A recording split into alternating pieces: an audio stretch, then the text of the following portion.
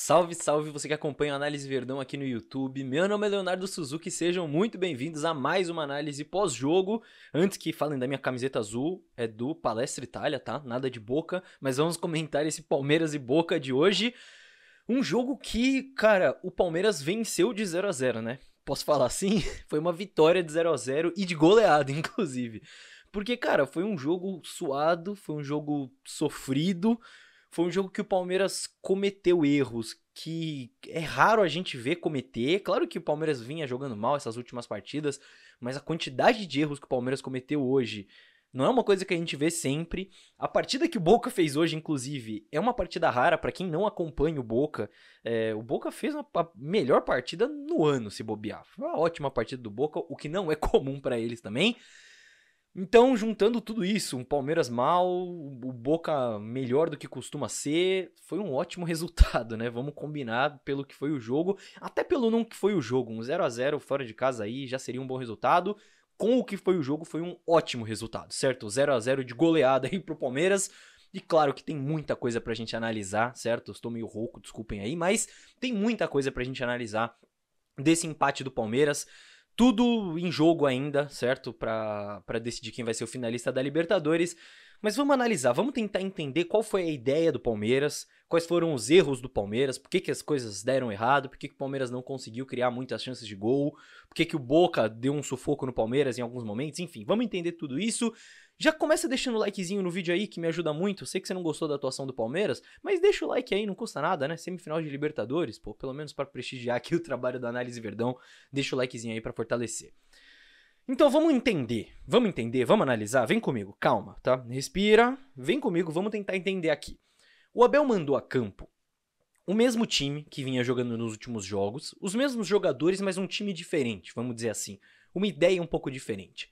No momento ofensivo do Palmeiras, você tinha aquela mesma saída de três, com o Marcos Rocha, o Gomes e o Murilo, né, os três zagueiros, Zé e Menino como volantes, Piquerez e Mike abertos, só que teve uma mudança no trio da frente, né? Nos últimos jogos a gente vinha vendo o Rony como centroavante, o Veiga como um meia direita, o Arthur como um meia esquerda.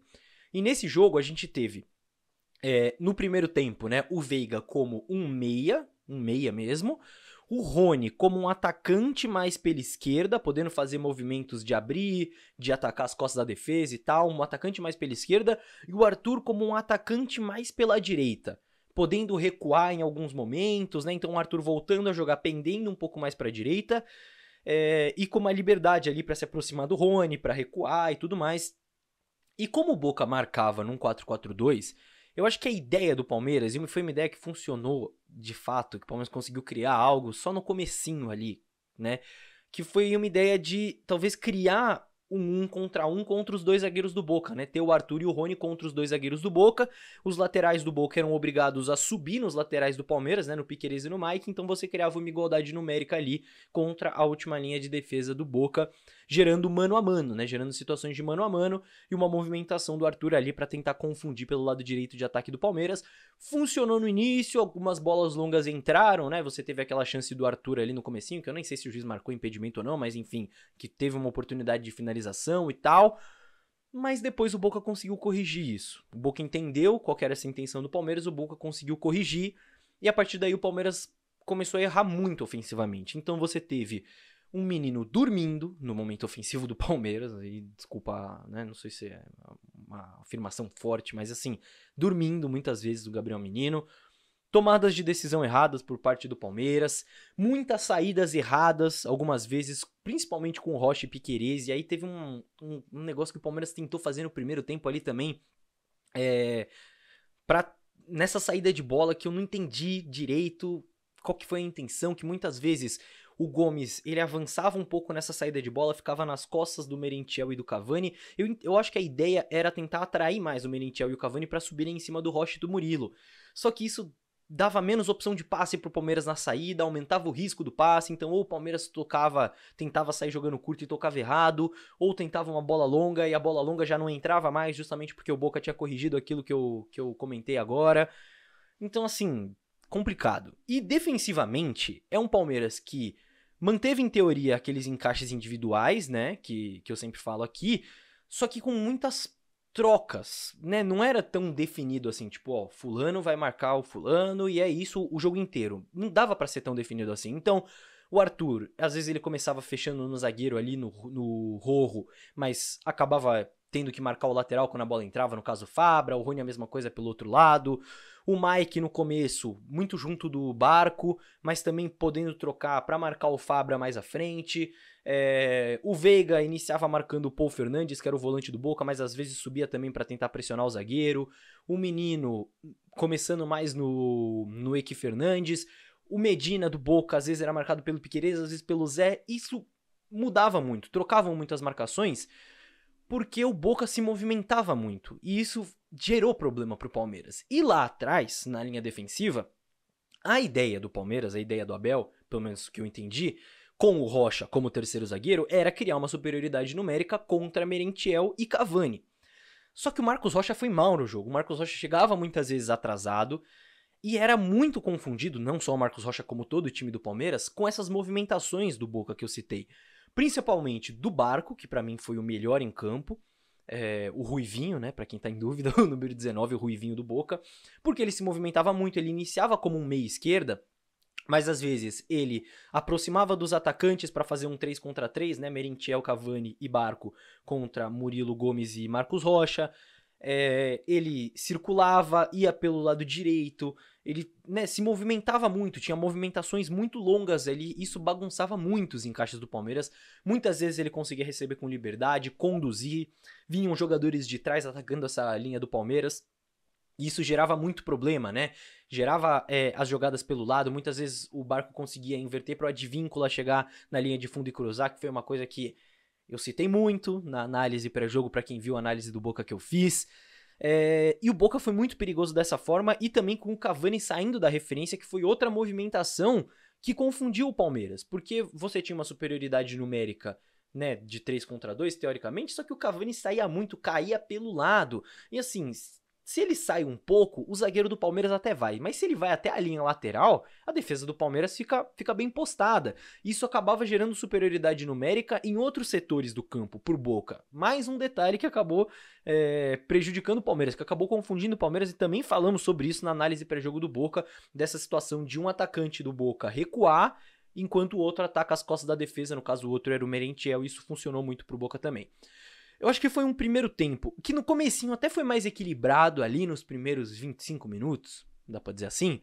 O Palmeiras conseguiu se soltar em alguns momentos, conseguiu ter uma posse ou outra mais longa ali naquele comecinho, mas os 15 minutos finais ali do primeiro tempo, principalmente, foram inteiros do Boca, foi sufoco, foi o Boca gerando muita finalização, com uma transição rápida nesses erros de saída de bola do Palmeiras. Então acho que metade das finalizações do Boca no primeiro tempo foram através dessas roubadas no campo de ataque por erros na saída de bola do Palmeiras, né, do Marcos Rocha, do Piquerez, enfim. E eu acho que o Palmeiras também foi sentindo esses erros, né?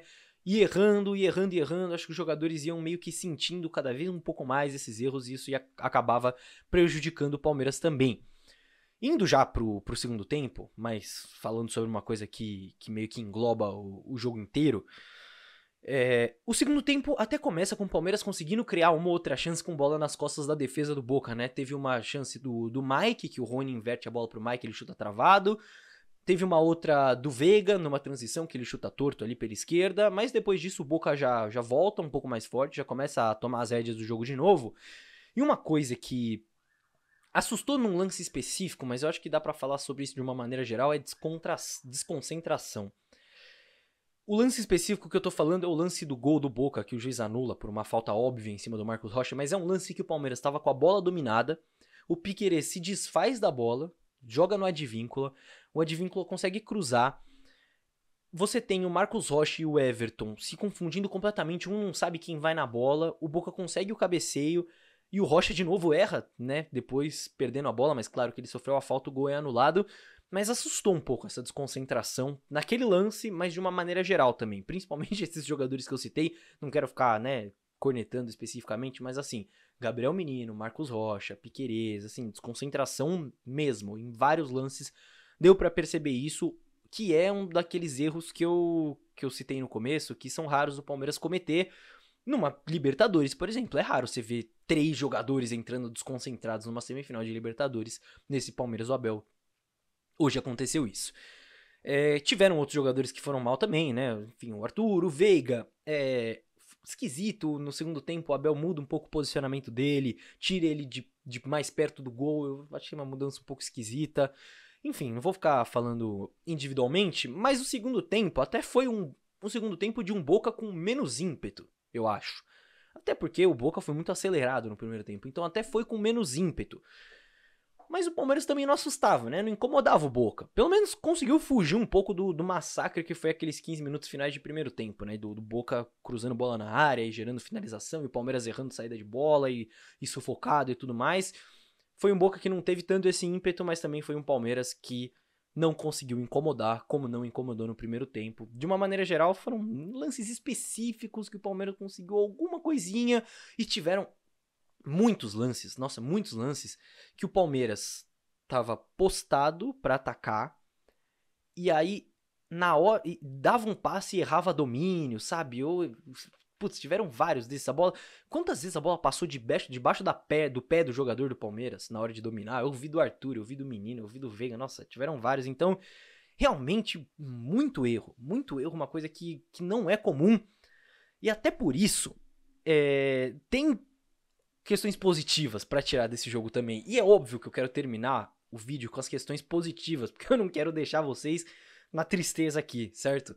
Eu falei de todas as críticas a respeito desse jogo até aqui, mas daqui pra frente eu só vou falar de questões positivas, sim, positivas, veja bem.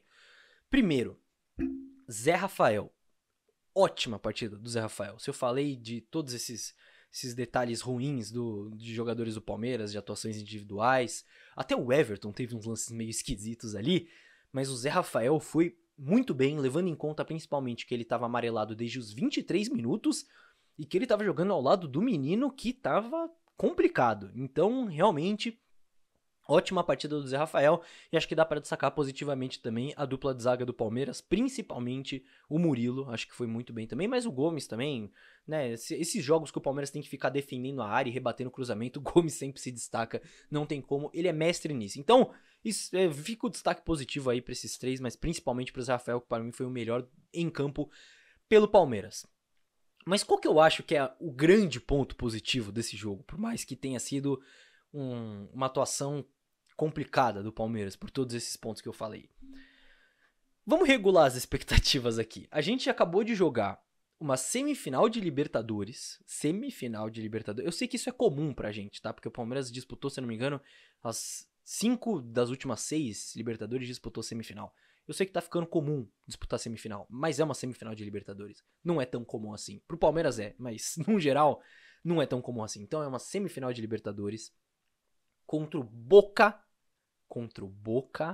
o Boca, na Bombonera, contra um Boca que, por mais que não seja o melhor Boca, por mais que seja um Boca com problemas coletivos claros, nesse jogo, né, como eu disse, foi um jogo muito bom coletivamente falando do Boca, o treinador do Boca acertou mais do que ele vinha acertando, mas é um Boca que tem problemas coletivos claros, mas que tem individualmente ótimos jogadores, tá? É um Boca que tem o Cavani de centroavante, então pelo amor de Deus, individualmente é um Boca muito bom, é um Boca forte. Semifinal de Libertadores contra um Boca forte na Bombonera, o 0-0 é um ótimo resultado. Esse é o grande ponto positivo do jogo. É claro que tem muita coisa que o Palmeiras precisa rever pro jogo de volta, não dá pra entrar com nada próximo da postura que o Palmeiras teve em termos de concentração e em termos de erros técnicos, enfim, tudo isso que eu falei, né? É uma coisa que não dá pra gente repetir no jogo da volta. É um momento complicado do Palmeiras. O Palmeiras não vem de boas atuações desde que o Dudu se lesionou, tá? Isso é fato, não tem como negar. Mas o 0-0, em condições normais, contra um Boca na Bombonera numa semifinal de Libertadores, já seria um bom resultado. A gente fez uma live aqui pré-jogo no canal e eu falei, gente, o empate já vai ser um bom resultado. Levando em conta que o Boca fez a partida da temporada e o Palmeiras foi mal, é melhor ainda o resultado. Então, durmam com essa, tá bom? Durmam com essa reflexão aí, que eu vou terminar o vídeo como eu comecei. O Palmeiras ganhou de 0-0 de goleada, tá? Acho que esse é o grande ponto positivo do jogo. E é claro que tem que servir de lição pro jogo da volta, pra uma eventual final, se o Palmeiras acabar passando, enfim. Bastante coisa pra gente rever, mas por mais que tenha sido um jogo complicado do Palmeiras, o Palmeiras segue tendo todas as condições do mundo de eliminar o Boca no Allianz Parque, cheio, com a torcida presente e tudo mais. Certo, meus amigos? Acho que é isso. Vocês vão dormir tranquilos, né? Calma. O Palmeiras foi mal, sofreu um pouco, né? Tomou umas boas finalizações ali, mas 0-0. Tudo igual. O resultado foi pior pro Boca do que pro Palmeiras, tá? Acreditem nisso, pelo que foi a partida. Certo, meus amigos? No mais é isso. Por favor, comente aqui embaixo o que você achou dessa análise, se você concorda comigo nos pontos que eu citei ou não. Quero saber a sua opinião aqui embaixo. Se você chegou até aqui, claro, não esqueça de deixar o likezinho, certo? Que é muito importante pro canal, ajuda muito o nosso trabalho. E eu vou encerrar por aqui porque eu já estou ficando sem voz, minha garganta já está indo pro saco. Preciso tomar uma água e preciso dormir também porque já tá tarde. Certo, meus amigos? Muito obrigado pela companhia em mais uma análise pós-jogo, vejo todos na próxima. Tchau, tchau.